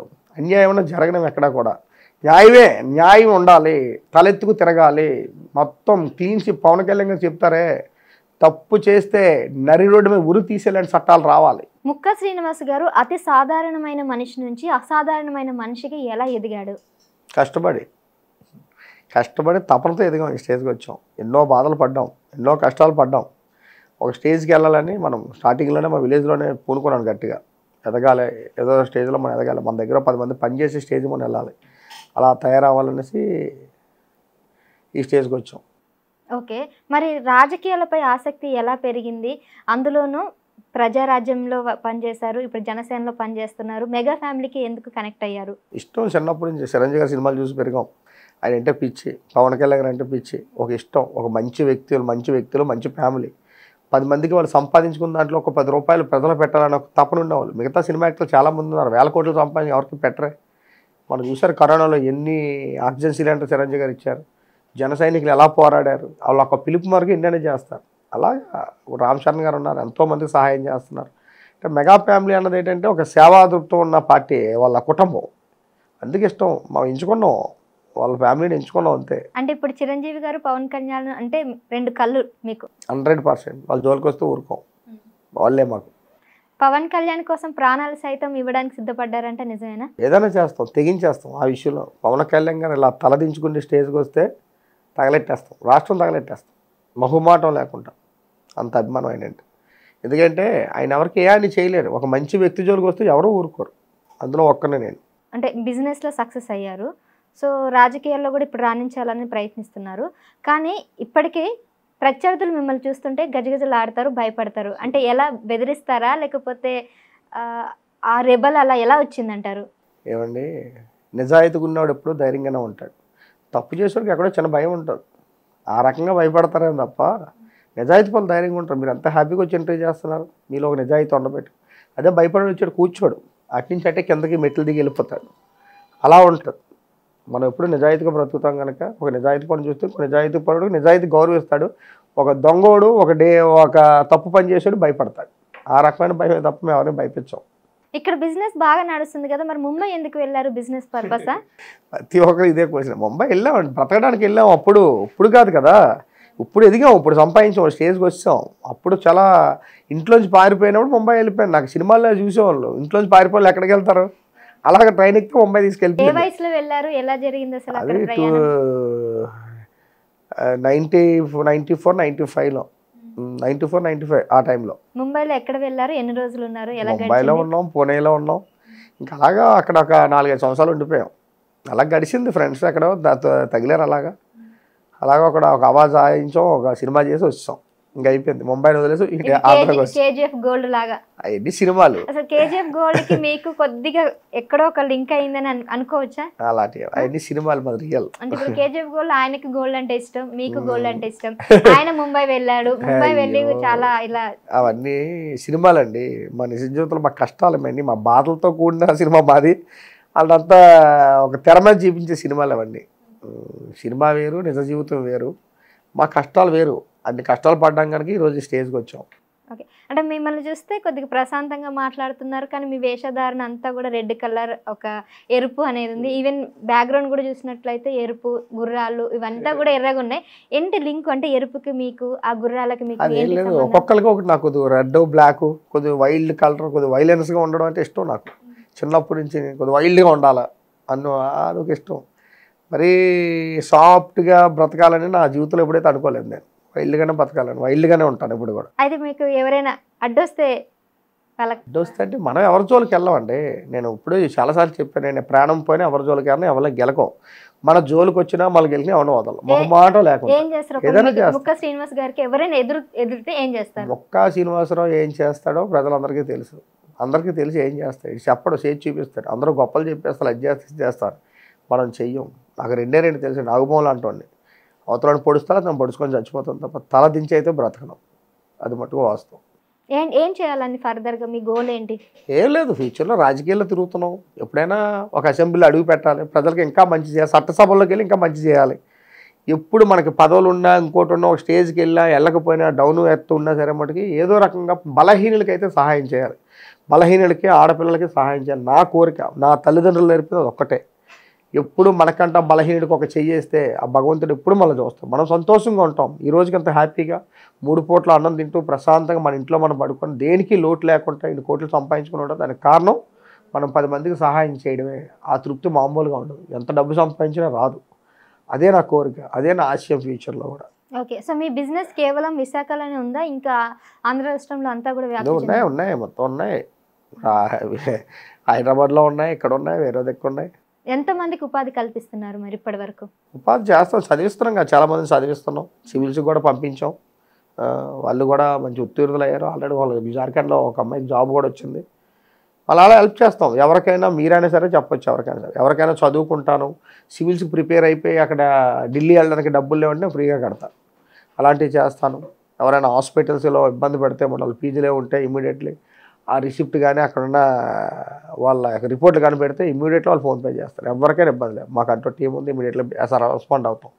ఒకటే కష్టం నుండి ఆదుకోవాలి, అది నిజాయితీగా కష్టమే ఉండాలి. అంతే తప్ప ఊరికే టైంపాస్ ఇచ్చిన డబ్బులు తాగి బయట తిరగడానికి డ్రామాలు అయితే మాకు తెలిసిపోతుంటుంది. వాళ్ళకి కష్టం ఏంటో వాళ్ళ మాటలో తెలుస్తుంది. అలాంటి వాళ్ళకి ఎవరికైనా హెల్ప్ చేస్తాం, ఎవరైనా మా తలుపు తట్టచ్చు. ఓకే, సో ఇది యాక్చువల్ అడగరాని ప్రశ్న, కానీ బట్ తెలుసుకోవాలని చిన్న కుతూహలత. సో ఇప్పటి వరకు బిజినెస్లో ఎంత సంపాదించారు? సంపాదిస్తారు, దానికి ఏముందండి. సంపాదించాం, బాగానే సంపాదించాం. సరిపోయినంత సరిపోయినంత, దానం చేసేంత. చాలు, దానం చేసినంత, ఇంకా నాకు చాలు, నాకు ఇంకా వద్దు, అవసరం లేదు అన్నది సంపాదించాం. సో మీ బిజినెస్లో ఇప్పుడు అంటే స్ట్రెంత్ కానీ స్టాఫ్ కానీ ఒక 200 మంది ఉంటారా? ఉంటారు. స్ట్రెంత్ ఏముందండి, ఉంటారు వెనక ముందు. అయితే ఇప్పుడు ఎలా ఉందంటే జనాలకి ఏదో జరుగుతుందన్న ఫీలింగ్ కలిగించేటట్టున్నారు మీరు. ఉంటారు మనిషికి అంటూ ప్రతి ఆఫీస్కి కొంతమంది ఉంటారు. అలాగా ఆ రకంగా మాకు తగ్గ స్టాఫ్ మేము ఎంచుకుంటాం. ఇప్పుడు ఇంకా ఇప్పుడు తెలంగాణకు వచ్చి అక్కడ ఏమన్నా వస్తుంటే మంత్లీ 2-3 టైమ్స్ అక్కడే ఉంటాం కదా. హైదరాబాద్లో మాదాపూర్లో ఆఫీస్ ఉంది కదా మాకు. నా ఉద్దేశం ఏంటంటే పవన్ కళ్యాణ్ గారు తెలంగాణ నుంచి తప్పుకొని ఆంధ్రాకి వచ్చేసారు, మొత్తానికి ఇక్కడే రాజకీయాలు చేస్తున్నారు. ఫ్యూచర్లో మీరు తెలంగాణకు వచ్చి అక్కడ ఏమైనా ఆఫీస్ పెట్టి మళ్ళీ జనసేనని అక్కడ ఏమన్నా మళ్ళీ పునరుద్ధరించాలని? జనసేన అడవులో ఉన్న పాకిస్తాన్ వెళ్ళి పోరాడతాం మేము. ఆ పార్టీ కోసం జెండా మోస్తాం, ఆయన అడుగులో తిరుగుతాం, ఆయన ఏం చెప్తే అదే వింటాం. జనసేన విషయంలో ఇంకా అసలు వెనక్కి అడిగేసే లేదు. ఈ ఊపిరి ఉన్నంతకాలం, పవన్ కళ్యాణ్ ఉన్నంతకాలం జనసేనే అది వెళ్తూ ఉంటుంది. బిజినెస్లు అంటారా అన్ని దిక్కులా ఉన్నాయి, ప్లాన్ చేస్తాం, ఎక్కడ కూడా ఎదగాలి కదా. సార్ ఒకానొక సందర్భంలో జనసేన వాళ్ళని కొంతమందిని అరెస్ట్ చేశారు ఒక సందర్భంలో, కానీ మిమ్మల్ని అరెస్ట్ చేయలేకపోయారు. అంటే ఎందుకు, కారణం ఏంటి? ఏమో వాళ్ళకే తెలియాలి. పవన్ కళ్యాణ్ కోసం ఏం చేస్తామో ముక్కా శ్రీనివాసరావు కోసం అందరికీ తెలుసు. మంచోడిని వదిలేసి ఉంటారు, లేదంటే అలా. అంటే ఇప్పుడు అందరిని అరెస్ట్ చేసినప్పుడు మీరు కూడా జనసేన పార్టీ నుంచి మిమ్మల్ని కూడా అరెస్ట్ చేయాలి కదా. వదిలేశారు, మాకు ఎక్కువ జనబలం ఎక్కువ ఉంది కదా. ఈయనకి పవన్ కళ్యాణ్ అంటే పిచ్చి, ఏదైనా చేస్తాడు, ఒకళ్ళు తెగిస్తాడు అని భయంతో వదిలేసి. అంటే మీ వెనకాల ఎవరో ఉన్నారని అనుకోవచ్చా? ఎవరు అంటే ఎవరు? పవన్ కళ్యాణ్ గారు ఉంటారు, ఇంకెవరు ఉంటారు? ఎవరు ఉంటారు? ప్రజలు పవన్ కళ్యాణ్ గారు మా అభిమానులు ఉంటారు, అంతే, ఇంకెవరు ఉంటారు? కానీ అంటే మీరు ఎన్నో గొడవలకు వెళ్ళారు, ఒకటి కాదు రెండో కాదు, చాలా గొడవలకు వెళ్ళినా కానీ ఇప్పటికి కూడా ఎవరు మిమ్మల్ని టచ్ చేయలేకపోతున్నారు.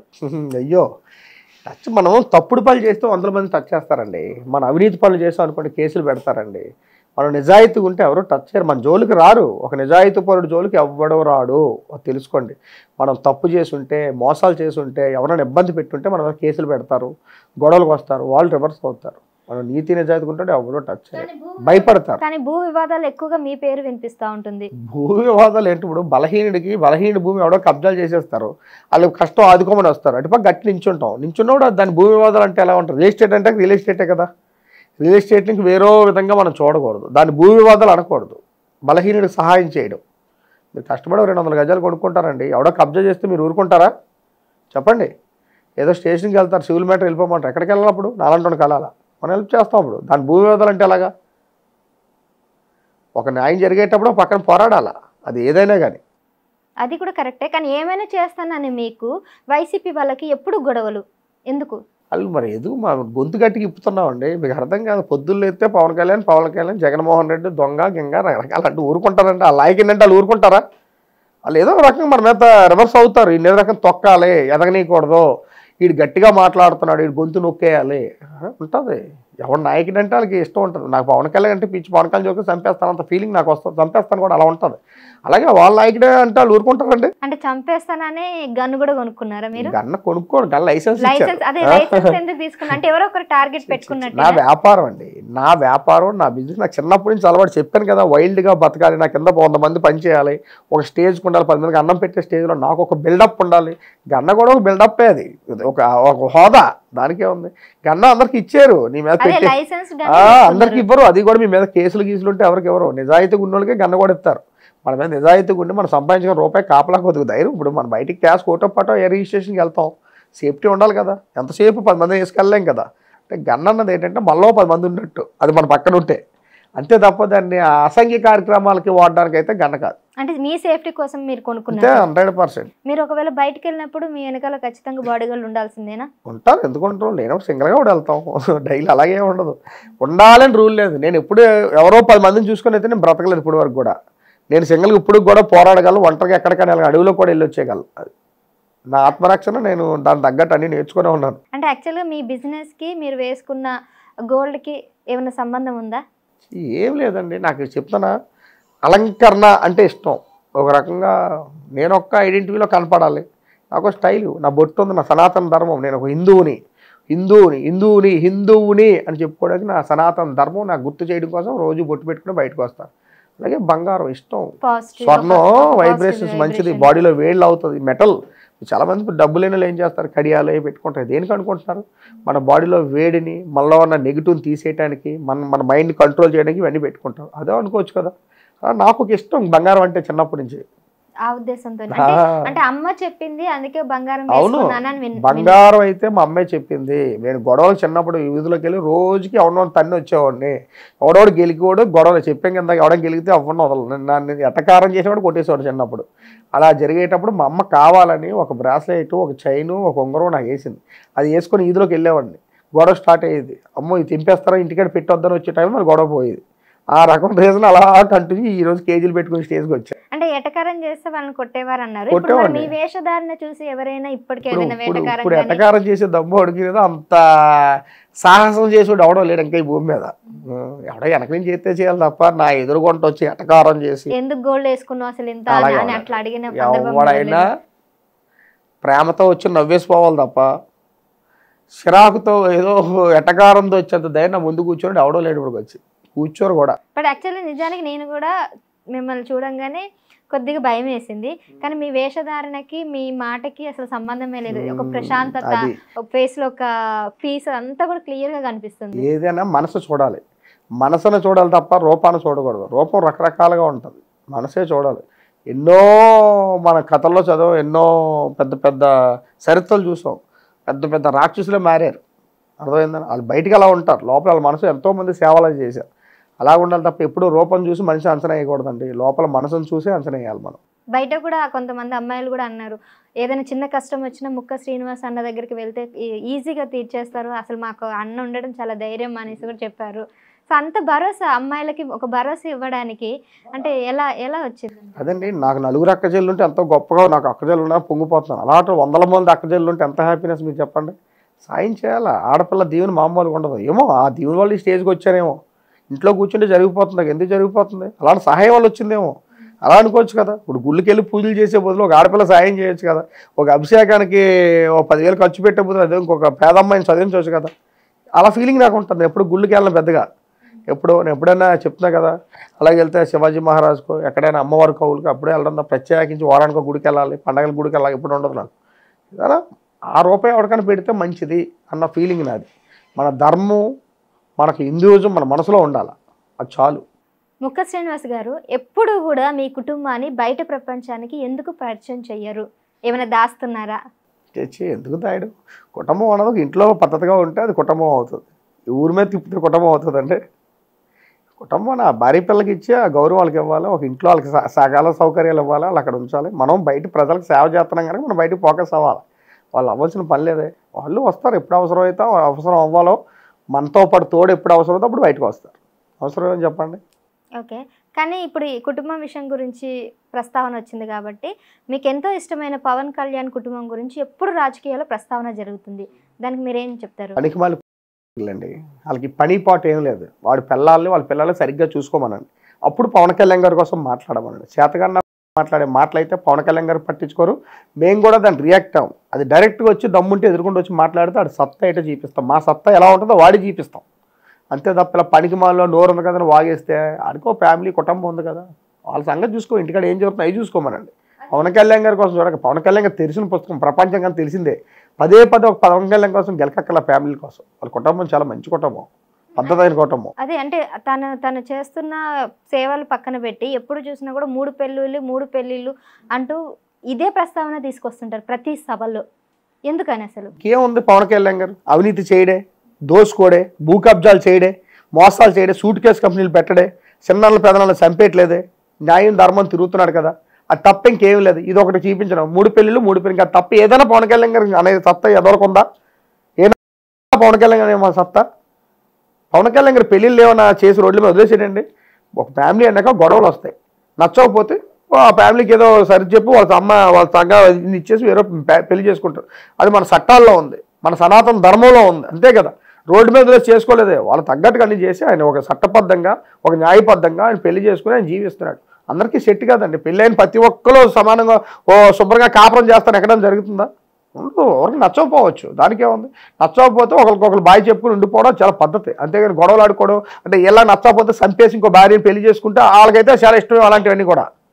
యదవులు చెప్తున్నా కదా, పని పాటు లేకుండా ఇలాంటి వాగులన్నీ వాగుతారు. పవన్ కళ్యాణ్ గారు ఉత్తముడు, ఆయన ఏంటో ప్రజలకు తెలుసు, మాకు తెలుసు, ఆయనకి తెలుసు. మాట మీద నిలబడే వ్యక్తి ఇప్పుడు ఒక మాట మాట్లాడతాడు, రేపు ఒక మాట మాట్లాడతాడు, ఒక్క మాట మీద ఉండడు కూడా అని అంటుంటాడు. అంటే ఏం కావాలి మాట మీద? అంటే ఏం కావాలా? ఎలాగా ఈరోజు 100 కోట్లు, రేపు ఒక 200 కోట్లు, ఎల్లుండో 10 మటర్లో ఇవి చేసేయాలంటారా? నాకు అర్థం కాదు. ఆయన రాజకీయాలకు వచ్చారు, రాజకీయాలు మాట్లాడతారు. ఇప్పుడు ఒకేలా మాట వీళ్ళ కంటికి వీళ్ళ చెవులకి అలా వినిపిస్తుంది. ఎదవలకి గంటకో మాట్లాడుతున్నట్టు ఆయన ఎప్పుడు మాట్లాడు. ఎంత మాట్లాడినా ప్రజలకు అన్నం పెడతానంటున్నాడు కదా, రైతులకు అన్నం పెడతానంటున్నాడు కదా, ఆడపిల్ల గుండె అడ్డాడుతానంటున్నాడు కదా, రాష్ట్రాన్ని బాగు చేస్తా అన్నాడు. అది మాట మార్చడం అంటారు. నాకు అర్థం కాదు. తెలుసుకోవాలి. ఎదవలు చెప్తున్న కుక్కలు వీళ్ళంతా కుక్క బిస్కెట్లకి అలవాటు పడిపోయి ఎదవలు ఉంటారు కదా, వేసే బిస్కెట్లకి. అలాంటి ఎదవలు వీళ్ళకి ఏంటి తెలుసు? వీళ్ళ ఫ్యామిలీలో బతుకులు ఇది చూసుకుంటే పవన్ కళ్యాణ్ గారి జోలికి రాడవడం. కేవలం సినిమాలో నటించే ఆవభావాలు, ఆ ప్రదర్శన, డైలాగులు తప్ప ఇప్పటివరకు ఏం చేస్తారు ప్రజలకి అని చెప్పేసి అంటున్నారు. ఎవడన్నాడండి? వీళ్ళు అధికారంలో లేనప్పుడు ప్రతిపక్షంలో ఉంటప్పుడు ఎవరికైనా ఒక రూపాయి ఇచ్చారండి? జగన్మోహన్ రెడ్డి గారు కానీ ఇంకా మిగతా ఇంత ముందు ముఖ్యమంత్రులు చేసిన వాళ్ళు కానివ్వండి. పవన్ కళ్యాణ్ గారు ఏ పదవి లేకపోయినా, పార్టీ ఓడిపోయినా, ఆయన ఒక ఎంపీ ఎమ్మెల్యే కాకపోయినా 30 కోట్ల రూపాయలు జనాలు పంచాడు సార్ రైతులకి. ఊరు వెళ్ళి కౌలు రైతులు పెంచాడు. ఎవరైనా ఇవ్వగలరండి 30 కోట్ల రూపాయలు? ఊహించుకోండి మీరు ఒకసారి. 10 రూపాయలు పెట్టలే మీరు కానీ నేను కానీ. ఈ ఎవరు ఏ రోజు 10 రూపాయలు ఇచ్చింది లేదు. పవన్ కళ్యాణ్ కోసం చెప్తే ఏం చేశారు? పదవిలో లేకపోతే ఇన్ని కోట్లు పెంచిన వ్యక్తి నిజంగా ఈ రాష్ట్రానికి ఒక ముఖ్యమంత్రి కానీ పవన్ కళ్యాణ్ ఒకసారి ఊహించుకోండి రాష్ట్రం ఎలా ఉంటుందో. అద్భుతంగా ఉంటుంది. ఎవడో తప్పుడు పనులు చేయరు, భయపడాలి, వచ్చపడిపోతారు. తప్పు చేస్తే తల దించేస్తాడు పవన్ కళ్యాణ్. చట్టాన్ని అంత స్ట్రిక్ట్గా ఉంటుంది. ఈరోజు మర్డర్ చేస్తే సాయంత్రం బయటకు వచ్చేస్తున్నాడు. ఇంకేం చట్టాలకు అర్థం కాదు. ఒక అమ్మాయిని రేప్ చేస్తాడు, వచ్చేస్తాడు. దిశా చట్టాలు అంటున్నారు. ఎక్కడున్నాయి? ఉరి తీసేయాలండి, జైలు తీసుకెళ్ళి. అది మళ్ళీ అమ్మాయిని రేప్ చేస్తారు. ఒకడే 3 అమ్మాయిలు రేప్ చేస్తారు. అమ్మ ఆడేనంటే పాత కేసులు 3 ఉన్నాయని చెప్తున్నారు. 3 కేసులు దాటి ఎవరి మీద ఉంటే ఆయన చంపలు ఉరి తీసి పారేసేయాలండి. క్రిమినల్ కేసులు ఉన్న కొడుకులందరినీ కూడా. అలాంటి చట్టాలు ఉన్నాయా? దిశ చట్టం తీసుకొచ్చారు. ఏం చేసింది దిశా చట్టం? చెప్పండి, ఒక్క దిశా చట్టం చెప్పండి. ఒక్క దిశా చట్టం ఎవరన్నా ఒక నడవడి మరి రేప్ చేసిన ఉరి తీసాడు చెప్పండి. శిక్ష చేశాడు ఏం చెప్పండి? కాళ్ళు ఎగరేసుకొని తిరుగుతున్నాడు. మరి పెద్ద మొగోని, నాకు పెద్దది ఏదో పొడుగ్గుందో ఒక అమ్మాయిని రేప్ చేసి తిరుగుతాడు. ఒక నాకు పోసేయాలి అక్కడే. ఏం చేస్తుందో దిశా చట్టం? వాళ్ళ తప్పు, పోలీసులు తప్పు లేదండి. పోలీసులు చేద్దాం ఉంటుంది. నిజంగా కానీ ఫ్రీగా వదిలేస్తే ఏరు పారేస్తారు పోలీసులు. అంత పవర్ ఉంది. ఈ యదవ రాజకీయ వ్యవస్థ మారాలి. వాళ్ళ కబంధక్ష వల్ల పోలీసులు నొక్కేస్తున్నారు. వాళ్ళ డ్యూటీలో సరిగ్గా చేయనీయట్లేదు. లా అండ్ ఆర్డర్ చేతిలో తీసుకుంటారు. వీళ్ళ ఏదో పోలీస్ డిపార్ట్మెంట్ పర్మనెంట్గా పక్కకు మిలిటరీలో ఉండాలా. అప్పుడే భయం ఉంటుంది. రాజకీయ వ్యవస్థకి పోలీస్ వ్యవస్థకి సంబంధం ఉండకూడదు. ఈ రోజు కూడా వస్తాడు, ఆడు బయట తెచ్చేస్తాడు. ఆడెళ్తాడు, ఈ నాడు బయట తీసుకొస్తాడు. మటలు చేసిన రోడ్ల మీద తిరుగుతుంటే ఎవడ సామాన్యంగా తిరుగుతారో నాకు అర్థం కాదు. డబ్బుంటే ఏదో చేసేయచ్చా? ఇవా ఈ రాజకీయాలు? ఈడో పవన్ కళ్యాణ్ కోసం మాట్లాడుతారు. అంతా కలిపి తప్పు చేస్తే తల తీయించేస్తారని చెప్పి వ్యక్తి కోసం మాట్లాడతారు. మన చెల్లినో అక్కడ ఎవడో పాడు చేసి రేపు చేస్తే బాధ మనకు తెలుస్తుంది. సంపేలా పోటని చెప్పి మన చేతులు పిసుక్కుంటాం, బలం సరిపోక ఉండిపోతాం, పోలీస్ కంప్లైంట్ ఇస్తాం. ఆ 2 రోజులు కంప్లైంట్ ఇచ్చారులే, అని అరెస్ట్ చేశారు అనుకుంటున్నాం. 4 రోజులు బయటకు వస్తారు. ఏమైపోవాలి మనం? ఏమీ పీకలేదే, ఏమీ చేయలేకపోయామని చెప్పి బాధతో కుమిలిపోయి చచ్చిపోతున్నారు చాలామంది. ఎంతోమంది సూసైడ్ చేసుకుంటున్నారండి బయటికి చెప్పుకోలేక కుటుంబాలు. ఏమున్నాయి చట్టాలు? ముందు చట్టం స్ట్రిక్ట్గా రాష్ట్రంతో బాగుంటుంది. అదన్నీ వదిలేసి ఎంతసేపు లక్ చేసాం, ఇది చేసి సోమరపోతులు చేసేసి పనికి మళ్ళీ వేసాలు వేసుకుంటూ ఇది చెప్పుకొని పబ్బం గడుపుకున్నారు. ఆ వ్యవస్థ మారాలంటే పవన్ కళ్యాణ్ అంటే వ్యక్తి ఏదో రోజు రాష్ట్రానికి సీఎం అవ్వాలా. అవు తీరుతాడు. అప్పటి వరకు మేము పోరాడతాం. అంటే ఇప్పుడు గట్టిగా అరిస్తే పనులు జరుగుతాయని మీ ఉద్దేశం? గట్టిగా అండి. ఆవేశం బాధ ఎవరికుంటుంది చెప్పి నిజాయితీ పరుడికి ఇప్పల భావాలలోకి వస్తుంది. గట్టిగా అరుస్తున్నారు కదా వీళ్ళు కూడా. మీటింగ్ల మీద అరిసి చేసేస్తారు. పనులు ఏమన్నా బాధ ఉన్నాడు అరుస్తాడు, నొప్పు తగిలాడు అమ్మా అని అరుస్తాడు. మన దెబ్బ తగిలితే అరుపు బయటకు వస్తుంది. తగలలేడు సైలెంట్గా ఉండి యాక్ట్ చేస్తాడు. దొంగన కూడా చిన్న ఊళ్ళు అవ్వకుండా ఒక్కొక్కడు. అలాంటి బ్రతుకులు జనసేన పార్టీలకు ఎవడో లేవు. నిజాయితీ పరులు, పోరాడే తత్వం ఉండేవాళ్ళు, పేదలకు పెట్టి అన్నం పెట్టడానికి పెట్టిన పార్టీ జనసేన పార్టీ. ఆయన కోసం మాట్లాడతారు యాదవులు అంతా కలిపి. ఇంకా ముక్కా శ్రీనివాసరావు గారు కూడా చూడ్డానికి గంభీర్యంగా మేకపోతు గంభీర్యాన్ని ప్రదర్శించే ముక్కా శ్రీనివాస్ గారు నిజానికి ప్రత్యర్థులు ఏం చెప్తున్నారంటే ఒక పిరికి మనిషి, బయటికి అలా కనిపిస్తారే తప్ప జనాలకి భయపడుతూ వెనకాలే ఉంటారు, పిరికిపోతులాగా ఉంటారంటారు. మరి దానికి మీ సమాధానం? ఎవరికైనా జీలో దమ్ముంటే వెనక నుంచి మాట, దమ్ముంటే ముందుకు వచ్చి మాట. ఇన్ని సంవత్సరాలు పెట్టి ఇదే ఆఫీస్ ఇక్కడే మెయింటైన్ చేస్తే ఇదే రాష్ట్రాలు తిరుగుతున్నానే, ఏ నా దమ్ముందో ఆ ముందు నుంచి మాట్లాడడానికి భయం ఏం చేస్తారో తెలుసా? వెనక నుంచి వాగడం కాదు, ముందు నుండి కనీసం నీడ ఉంటుంది, నా నీడ దాన్ని ఇలా వేలుతో టచ్ చేయకుండా చాలు. ఎందుకు చేయకూడదు? వాగేస్తారు, మాటలు ఉంటాయి. అలాగని ఫేస్బుక్లోని లేటి యూట్యూబ్లోని మనం నాయకులు మాట్లాడితే ఎంత కామెంట్లు పెడుతుంటాడు, ఆడ డైరెక్ట్గా వచ్చి పెడతారు ఎవరికైనా రారు. డూబులు ఇవన్నీ చెప్తున్నా కదండి. ఒక నిజాయితీ పరుడు ముందుకు వస్తే మాడి మసి అయిపోతారు. ఒక్క సినిమా జోలికి వస్తే ఏం జరుగుతుందో తెలుసా? చెప్పకూడదు, చేసి చూపించాలి. అది దమ్ముంటే వచ్చి మాట్లాడమనండి. కబుర్లు అందరూ చెప్తారు, పొడిసేస్తాను, దున్నేస్తాను, వేసేస్తాను. వేసేయడం అంత ఈజీ కాదు. వేసేయచ్చు కదా, ఒంటరిగా ఉన్నాను. సార్ ట్రై చేయమనండి. ఉన్నాను. ఎవరైతే మిమ్మల్ని పిరికివాడని అన్నారో డైరెక్ట్ వచ్చి మాట్లాడమంటారు. మళ్ళీ అనేవాళ్ళు ఎవరు లేరండి. మీకు ఎవరో రాంగ్ అని తప్ప. ఎప్పుడు నన్ను మొక్కాసీలో పిరికాడు అమ్మో డేంజర్ అంటారు తప్ప, మీరు ఏదో రాంగ్ ఇన్ఫర్మేషన్ ఎలా ఊరిని అడగాలని అడుగుతున్నారు తప్ప, ఎవడో మొక్కాసీలో పిరికాడు అండవు, అమ్మ ఆడు డేంజరే అంటారు. ఆడు కొంచెం డేంజరే అంటారు. డేంజరే. ముక్కా శ్రీనివాస్ గారు ఇప్పటి వరకు జనసేన పార్టీ కోసం, పవన్ కళ్యాణ్ కోసం పాటుపడ్డారు. ఎప్పటికీ జనసేనలో ఉంటారా? ఫ్యూచర్లో పార్టీ మారుతారా? ఈ ఊపిరి ఉన్నంతకాలం జనసేన పార్టీలోనే ఉంటాం. పార్టీ మారనైతే టికెట్ లేదు, ఏదో పార్టీలో పోయి సీటు తెచ్చేసుకోవాలి. నేను అలాంటివి లేవు. మన అమ్మ తల్లిదండ్రులు కొన్ని నేర్పారు. తల్లి పాలు తాగి తల్లిరమ్మ గుద్దే రకం అయితే మనం కాదు. జనసేన పార్టీ, పవన్ కళ్యాణ్ గారు ఏమీ లేంటనే నాకు ఎంపీ సీట్ ఇచ్చారు. ఆ గౌరవం, ఆ ప్రేమ, అభిమానం, ఆ కృతజ్ఞత మన గుండెల్లో ఉంటుంది. దాటి వెళ్ళాం. ఎప్పుడు జనసేన. అంటే ఫ్యూచర్లో కూడా మీరు పొలిటీషియన్గా ఉంటారా, లేదంటే డాన్ అవ్వాలని ఏమైనా ఆలోచన ఉందా? మనం ఇప్పుడు డానే, ప్రజల యొక్క డాను, ప్రజలకు సహాయం చేసే డాన్. ప్రత్యేకించి డాన్ అవ్వక్కర్లేదు, ఒక మంచి నాయకుడు అవ్వాలని కోరుకున్నాను. విశాఖ ఆంధ్రకి డాన్ అవ్వాలనేది మీ అంబిషన్ అని విన్నాను. అయ్యో నేను డానేనండి. ఎప్పుడూను తప్పు చేసిన వాడిని పిల్టి పట్టుకు నిలబెట్టాడు ఎవడైనా డానే. మీరైనా సరే రోడ్డు మీద పోయినాడు ఎవరైనా తప్పు చేస్తాడు పిల్టి పట్టు, మీరు ఒక మిలేడీ డాన్ అవుతారు. డాన్ అంటే ఏంటి? 10 మంది సాయం చేస్తే ప్రతివాడు డానే. అర్థమైందండి. మడ్రలో మానభంగాలు చేయక్కర్లేదు. ఈరోజు ఒకటే చెప్తున్నాండి, నా ఫ్యూచర్ కూడా ఒక మంచి నాయకుడు అవ్వాలి. చట్టసభల్లో నా గొంతు గట్టిగా వినిపించాలి, ప్రజల పక్కన వినిపించాలి, రైతుల పక్కన వినిపించాలి, ఆడపిల్లలకి ఇంకా ఎక్కువ చట్టాలు రావాలని అలాంటి కోరిక నాకు ఉంది. ఫ్యూచర్లో ఎప్పటికైనా అవుతాను. ఒక పూట అవుతుంది, రేపు ఎల్లుండి అవుతుంది, వెనక ముందు. సో ఇదండి ముక్కా శ్రీనివాస్ గారు. పవన్ కళ్యాణ్ గారు అంటే ఇప్పటికి ప్రాణం ఇస్తారు, ఆయన జోలికి వస్తే ఎవరిని వదిలిపెట్టరంటున్న ముక్కా శ్రీనివాస్ గారు ఫ్యూచర్లో కూడా పార్టీలో ఉండి ప్రజలకి, జనసేనకి ఖచ్చితంగా ఆయన వంతు సహాయం చేయాలని కోరుకుంటున్నారు. అంతేకాకుండా విశాఖ ఆంధ్రలో ఒక రకమైన డెవలప్మెంట్ తీసుకురావడానికి చాలా కృషి చేస్తున్నారు. సో నెక్స్ట్ కూడా జనసేన పార్టీని ఇక్కడ విశాఖ ఆంధ్రనే కాకుండా తెలుగు 2 రాష్ట్రాల్లో కూడా ఒక స్థాయికి నిలబెట్టాలనేది వాళ్ళ ఆశయం. సో మరిన్ని ఆశయాలతో, మరిన్ని అభివృద్ధి కార్యక్రమాలతో వాళ్ళు కూడా ముందుకు వెళ్ళాలని మనం కూడా కోరుకుందాం మైక్ టీవీ నుంచి. నమస్తే సార్.